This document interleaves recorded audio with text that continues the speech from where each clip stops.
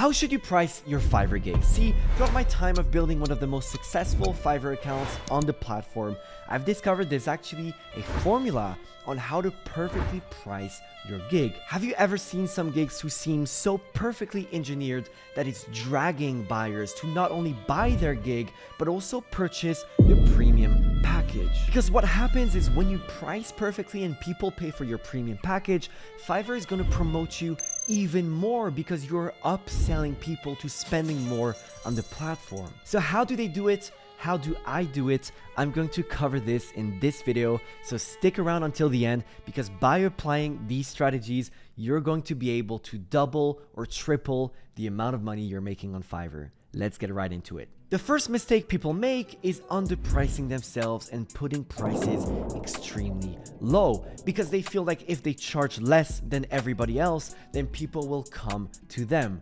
And if you think of it, it couldn't be further from the truth. If you look at Fiverr dollar gigs, they don't get all the orders. Why do some accounts like me, who are charging $200, manage to get so many orders despite having higher prices? And that's because of a very important psychological phenomena, and that is people are scared of risk. And the lower the price of your gig, the more people are going to feel like they're taking a risk by getting your gig. They might be paying cheaper, but the time to get the service is more valuable than this. Maybe you're only paying $5, but you're going to take 1 or 2 days. And for a businessman who's building his company, 1 or 2 days can be worth a lot of money, and at least far more than $5. So people value time more than they value money. So actually, people on Fiverr are willing to pay more if they feel like they're reducing the risk of getting a cancellation or getting a very terrible service. And by underpricing yourself, you're going to signal to the buyer that you are risky. And the quality of the gig is not just the quality of the service itself, like the logo or the website, but also the communication. And when you're underpricing yourself, it kind of feels like the communication is going to be terrible because nobody can have conversations, calls, or even assist buyers for $5.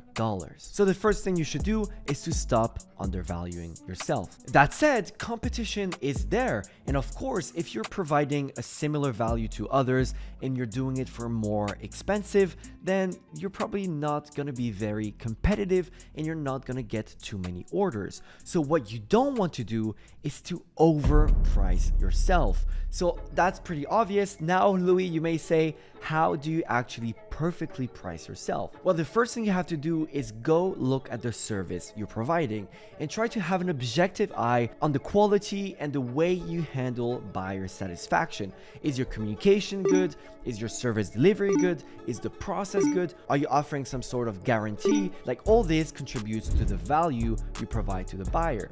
And then go on the Fiverr platform and look at all the different people who provide these services. And don't just look at the basic things like the gig image, but try to understand the value that they're providing to your customer. And next, what you want to do then is find the person who is charging the most and who's getting a lot of orders. So keep looking for people who have similar value as you and go upwards in pricing. Find the person who's charging the most. And what you want to do is to position yourself just below that price. And what that's going to do, it's going to guarantee you that there is a market of people looking for this service at this price. And you are being competitive by providing it for less than the best other person out there. So of course, the difficulty in this is to understand the value you have and the research you're going to do by looking at other sellers. So for example, let's go to fiverr.com right now, and we're going to be looking at WordPress websites. So see, people are going to be providing many different price ranges, but here for WordPress, it's actually pretty similar. We have, 386, 380, which is about $80. And here you have someone who is much more expensive, but has less orders. So already here, you're going to know pretty much what kind of price you want to do. So we're going to open all the different people who are in the top selling range, and also this one who is selling for a much higher price. So let's find some people who have 1,000 reviews, and we're going to check out how much value they're providing. So see here, we have 3 examples of quite successful sellers selling for a very regular price of $80, which is quite low. And then we have one seller, pro seller, who is selling for almost 2,000 dirhams, which is about $400 if I'm not mistaken, or $500. And we're going to try to find out how this person is selling for more and how they're providing more value. So see here, we have 15 orders in queue, 16 orders in queue, and here 0 orders in queue. Not too sure why this is possible. So I just had a look at all the different services here, and they are pretty basic. All they do is say, I will create a WordPress website. This one promises to do it within 12 hours, which is pretty impressive.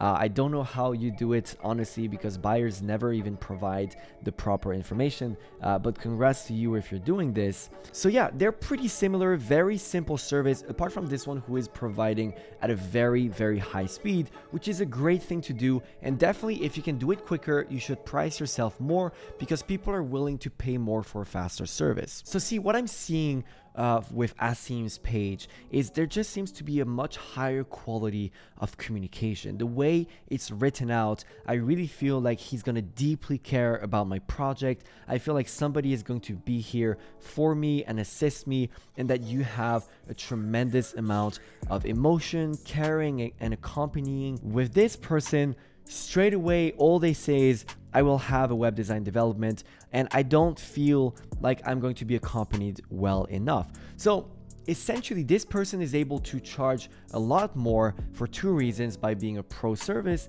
but by showing that they can accompany the buyer more and provide more value. So if you know that you're a very, very advanced seller and you can communicate well, then you can price yourself higher, and you can even consider going for 1,000 dirhams, 2,000 dirhams. However, if you just want to do very quick services, you don't want to provide too much customer support and simply do whatever the person is asking, then you should go for a lower price, such as 366. So now you know how to put your base price right just below the other person who is doing well and who is doing a very similar style and communication process service as you. But now what is extremely important, as I said, is to create a perfect structure so that everybody goes for your premium package, because this is the ultimate goal. Once they reach your page because they find your price range good, you have to create an irresistible offer so that everybody will go for the premium package. And there are psychological tricks that people use in sales or in regular business to automatically make people buy the premium package. And the first thing to do is very simple. You simply take your base price and you double it. So let's say we take $100, your premium should be twice that, 200 minus about $10 or $20. So let's put the premium at 190. So base price 100 and premium 190. What that does, you're actually doubling the income you're doing. So let's say everybody took your basic package, it's still within the price range of what they were thinking of purchasing when they clicked on your gig, because Fiverr always shows the base price, of course. So they thought, okay, I'm going to spend $100, and then they see the premium, which is 190. What I'm going to tell you right now is how to force people and make it irresistible for them to take the 190. But what some people do, they put their premium price double or triple or 4 times the standard package, and that just never works, because if your base package is 100 and your premium is 400 or 500, you're going to sell very, very few of these. So now we have the base and the premium package. We want to use a marketing trick in order to force them to get a premium package by placing the standard offer, so the middle offer, closer to the premium than to the basic. So we have 100, 190, and we're going to put the standard at $160. So what's that's gonna do is people are gonna see the basic, they're gonna see the standard at 160, and they're gonna think, wow, for only 30 bucks more, I'm going to be able to get the premium package. So by reducing the space, so we only have $30 difference, whereas between the basic and the standard, we have $60, right? So they're like, okay, if I want to upgrade, then I'm gonna get the standard, and oh no, only $30 more, I get the premium package. But now you may say, yes, but the difference between the basic and the standard is huge. Nobody's gonna get the standard or the premium. So what you wanna do is to make your basic offer rudimentary, which means you obviously answer your buyer's needs, but you wanna make it irresistible to go to the standard package. So in logo design, for example, people want choice. People are very afraid to get a logo and they don't like it. So people really want to have options. And in my basic package, I offer a logo, I offer all the files, everything they may need. However, it's only one concept. So it's one option, one choice, and people fear this. So when people land on the page, they're like, okay, I can get a great logo for $130. However, they're like, oh, but I want choice. And then what happens is in their mind, they're set on the standard package. And they go and they see, for only this percentage more, I can upgrade to the premium. But not only this, the premium has an immense amount of bonuses, of value that is added to it. So instead of 2 concepts, it's 3 concepts, and you get a branding package, and you get animation, and you get premium customer service. So you have an amazing amount of value that is given in the premium package. So then you are going to have everyone go to your premium package. That is the way you should be doing it. So by upgrading this, not only are you going to double your revenue and your income on Fiverr, you're going to get more orders because your average package is going to be more expensive, and Fiverr is going to value you more because you can upsell people to higher packages. So let me know if you love this tip. Let me know if you've applied it and if you've successfully allowed more people to go to your premium package. Don't forget to subscribe, leave a like, and if you want the full course for Fiverr Success, which has helped over 300 students make thousands on Fiverr every single month, click the link down below, and I'll see you in the next video.